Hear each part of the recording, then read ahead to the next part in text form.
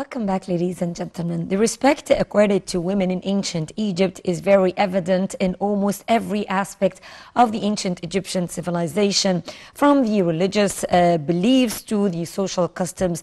The gods were both male and female, and each had their own equally important areas of expertise, and women could marry whoever they wanted, divorce the men whenever they felt that they were not able to continue their marriage, and they even had the freedom to move around and travel on their own.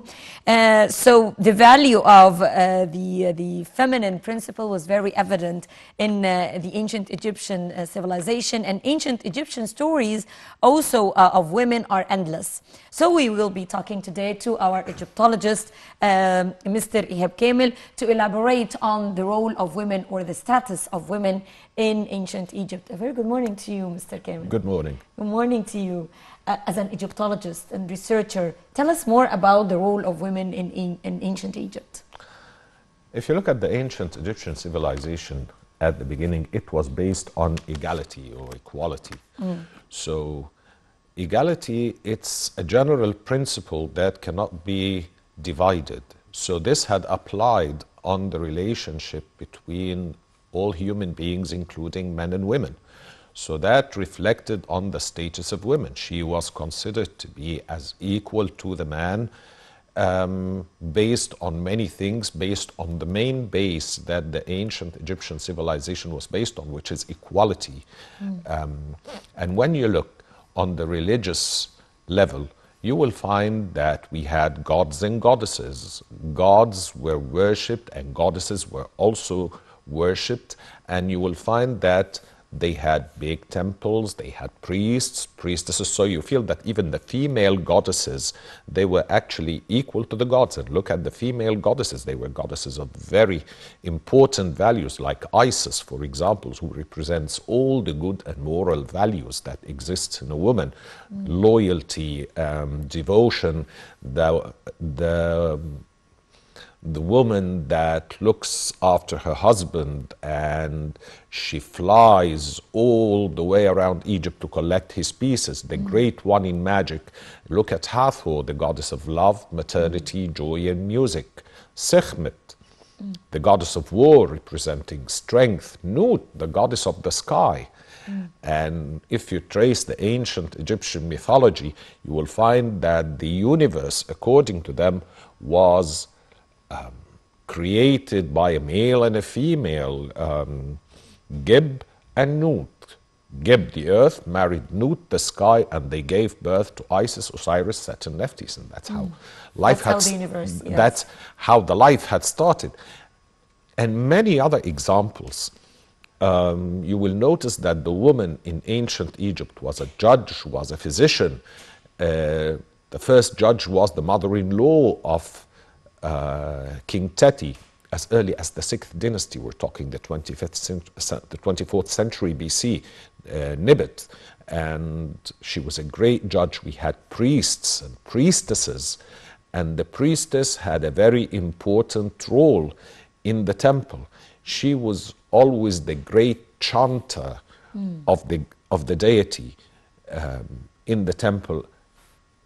Many examples. We had queens, and queens who had ruled and played a very important role in the ancient Egyptian. Going back to the queens issue, we have, of course, famous queens, and there are other queens who ruled Egypt as well. And the thing here, was the ancient Egyptian society a patriarchal society or not? No, because if you look at the status of women, you will find that they were legally qualified. They can stand before courts. They can write actually to the king directly. They can write to the king directly. Yes. They can stand before courts and represent themselves. They have the right of ownership. On the other hand, you will find in other civilizations, and that's not far away, like in Greece, ancient Greece, the woman was legally a minor. She cannot represent herself. She always needs to have a guardian. to look after. In ancient Egypt, no. In ancient Egypt, the woman can own, the woman can do anything to her property, buy, sell, give, grant, everything.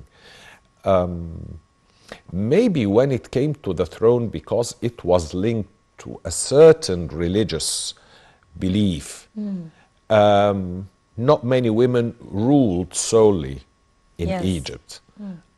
Only Hatshepsut for 20 years. For 20 years, and they were 20 very prosperous years. However, if the she used to wear a fake beard, right? Yes, she represented herself with all the signs of a pharaoh, a false beard, a kilt, like a man. But we don't believe that this was the case in truth. In reality, I believe she was dressed as a woman, but in the temples or in official representations, in the scenes on the temples, in the ceremonies, she represented herself as like that, as a king.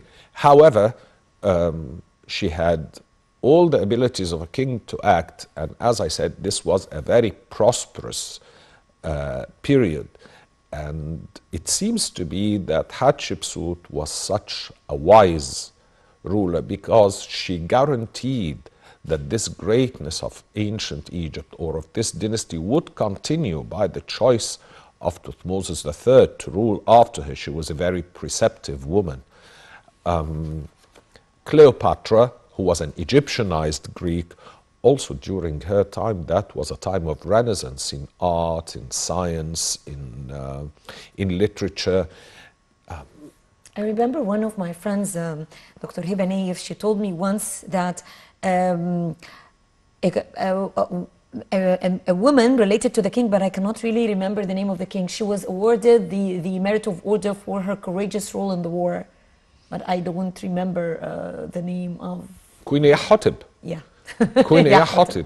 She was granted the Gold of Courage. Yes. Because of her role in the liberation war against the Hyksos.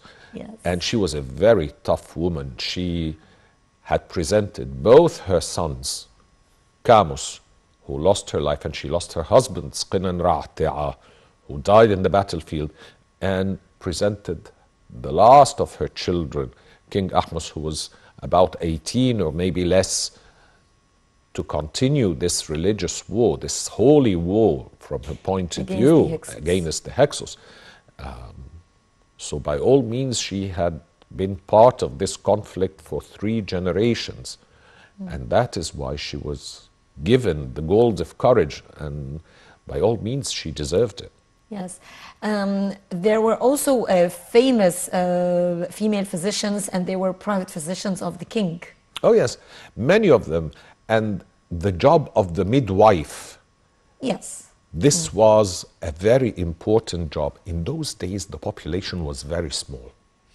So every young child being born, he was given a great deal of care. This was very important. So the job of the midwife was a very sensitive job. And this was the job of a woman. You know, like the gynecologist. Nowadays, she's the one who looked after the pregnant women. That is why you will find that the goddess of pregnancy, who used to ease the pain of labor, was a goddess, not a god, the goddess Tawirit, that looks like a hippopotamus. As a matter of fact, the woman in Egypt, in ancient Egypt, she used to have the right to inherit. And actually, when you look at the laws that organized this, according to many papyri that we had found, you will find, first of all, that there were marriage contracts. And the marriage in ancient Egypt was very much based on equality and eternity, that they don't get married to get divorced. They have the right to get a divorce, but basically the base was that this marriage was going to last forever. What happens in case something happened and they got divorced? The wife was compensated. Usually she gets one third of what her husband owns. And he's got the right to, and she's got the right to have an annual support for life. These are the modern laws for women now. Exactly. They were first established by We have on the Egyptians. Patriarchal how much she used to get. 36 bags of wheat every year, plus a certain amount of silver, 3 debens of silver every year. In case the husband died, she used to inherit... And silver was more precious than gold. Than gold, yes, right? in those days. What happens in case she becomes a widow? She inherits two-thirds of the estate. And the rest is divided among the children. Yes. So she had look at the woman in art. Art is very important because it indicates the status of the person. Now here I was going to ask you, Mr. Kamel, about that, because we have seen so many statues where these were the old pictures of the family, and we would find the man and wife holding hands, or her arms around his shoulders. So the representation of the family and the women was very nice and significant. Yes. This is how they documented their lives. There's a very nice statue in the Egyptian museum dating back to the Old Kingdom. It's the statue of a dwarf called Sinib. Sinib was actually a nobleman. He used to have a job in the royal palace, and his wife was actually not a dwarf. She was just a normal woman. They represented Sinib as a dwarf, but only with short legs. The upper part is normal. And his wife was represented bigger than him. That shows equality. Look at the statue, and I'm talking about early examples of fine ancient Egyptian art, Old Kingdom, of Ra-Hotep and his wife, Princess Nofret, in the museum, equal in size. You go further to the New Kingdom and you look at the statue of Thutmose III and his mother, Queen Isis, equal in size. Thutmose IV and his mother, Queen Tiaa, equal in size. Even more, you will find that he is represented hugging her from her back, which is one of the most beautiful statues that shows the relation between a son and his mother. Definitely. And when you refer back to a tomb called the tomb of Ihab, Ihab was one of the wise men of his period, and he's talking about the role of the wife and how to treat your wife and how to bring her happiness. Ihab occupied so many positions, if I'm correct. Yes, priesthood positions, political positions. Yes. He was scientific, even. Yes, he was an icon of his time. Excuse me. Actually, you will notice that he had a section talking about how to treat your wife. He says, always make her rejoice, bring her the best perfumes, make her always happy. Talking about the role of the mother. Take care of your mother. She's the one who carried you for 9 months of pain and suffering. And after you were born, she cleaned you, and she didn't feel bad about cleaning you. And then when you grow up, she used to walk a long distance with all her duties she had to take you to school. So always be kind to her. And speaking of school, girls were in the classroom with boys in an equal representation. We have seen also that on Yes, on absolutely. the walls of temples. Yes, on the walls of temples, on Ostraka, they were exactly getting... So girls enjoyed a good proportion of freedom in the early times of the ancient Egyptian civilization. Yes, absolutely.